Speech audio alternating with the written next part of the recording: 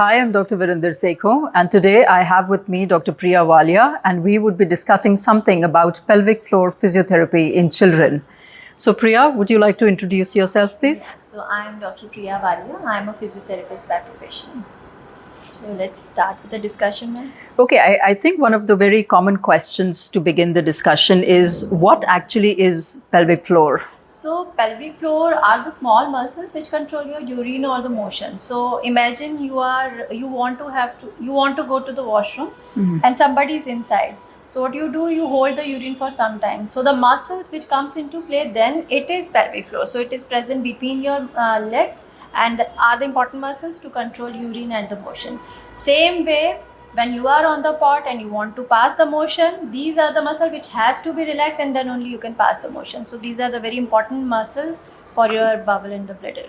True. So I think that is a very important point that you mentioned, that they control not only the urine but also your motion.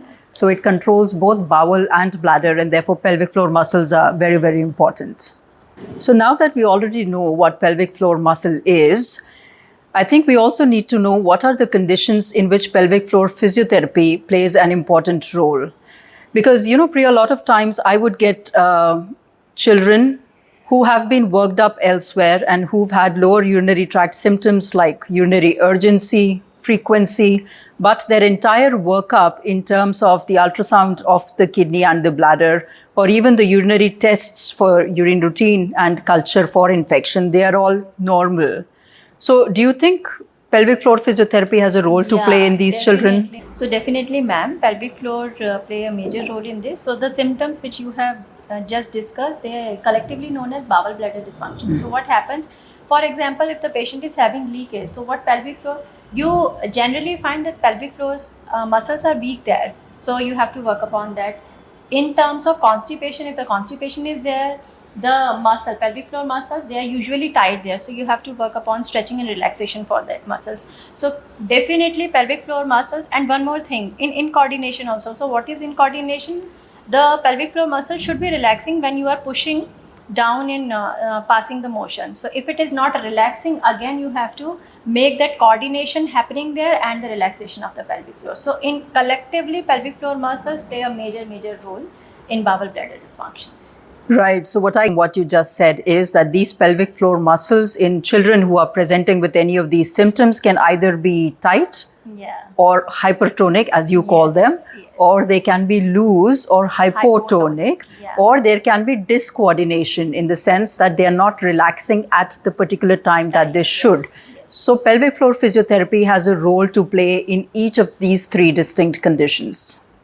So is there a particular minimum age of a child wherein you can start teaching them pelvic floor exercises? So ma'am, there is no particular age, but we have seen children as young as 4 years of age. So I think we can start from that age. Sure. Also because I think on an average, a child attains toilet training by the age of about 2.5 to 3 years. So that is the time when we actually get to know about any of these pelvic floor dysfunctions. And any time thereafter, we can engage them in various playful activities and sort of constitute the pelvic floor physiotherapy in that sense. Very much right. So maybe in playful activity, they can just do squat walking. So they can relax pelvic floor muscle, again helps in bowel bladder dysfunction. So age is no bar in that sense. Yeah. So another question that is commonly asked is, do the parents and the child have to visit you every day for physiotherapy? No, ma'am, this is not necessary. So after the first assessment, on the very first session, I'll give a protocol to follow at home. So they have to do that exercises at home. So generally pelvic floor exercise, either it's relaxation or the contraction, it has to be done 3 times in a day. And in one time, it has to be 15 repetitions. So that's much. So let's say if you keep aside 45 minutes to 1 hour in your entire 24 hours day, that should essentially suffice. And these exercises are mostly done at home. Yes. Just that you give them a protocol to be followed. And how often would you want to see them otherwise? Yes. So again, after 2 weeks, I want to see in starting. And after that, if they are doing it regularly and in a appropriate way, then after a month also.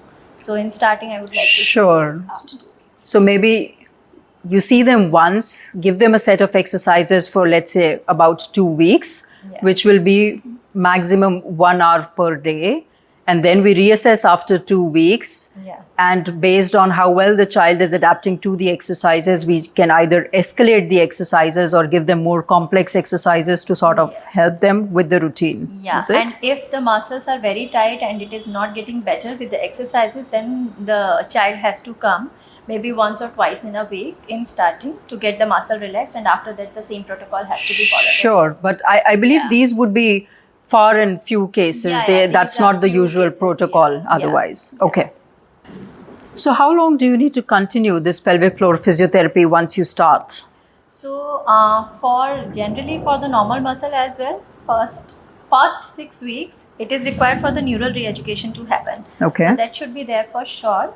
After that, 3 to 6 months should be there for the muscles to make the memory and to be in the strengthened position. So at least 3 to 6 months. Yeah, and 3 to 6 months of consistent pelvic floor physiotherapy, because with children, I think that's often the case that you do it for 1 or 2 weeks and then you forget about it because symptoms start improving by that time, and parents more often than not think that the child is now okay and why should we continue?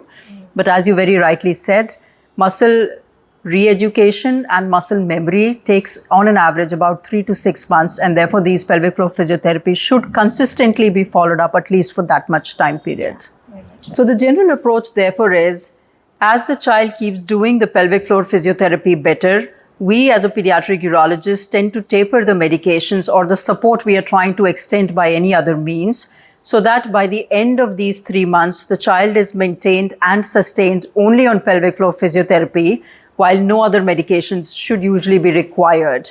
And there should be no recurrence of symptoms going forward when you follow this sort of a regime.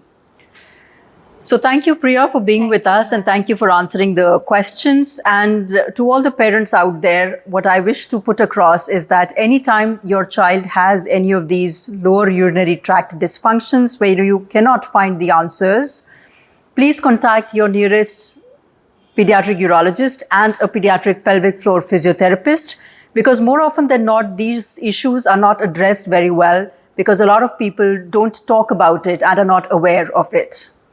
Thank you.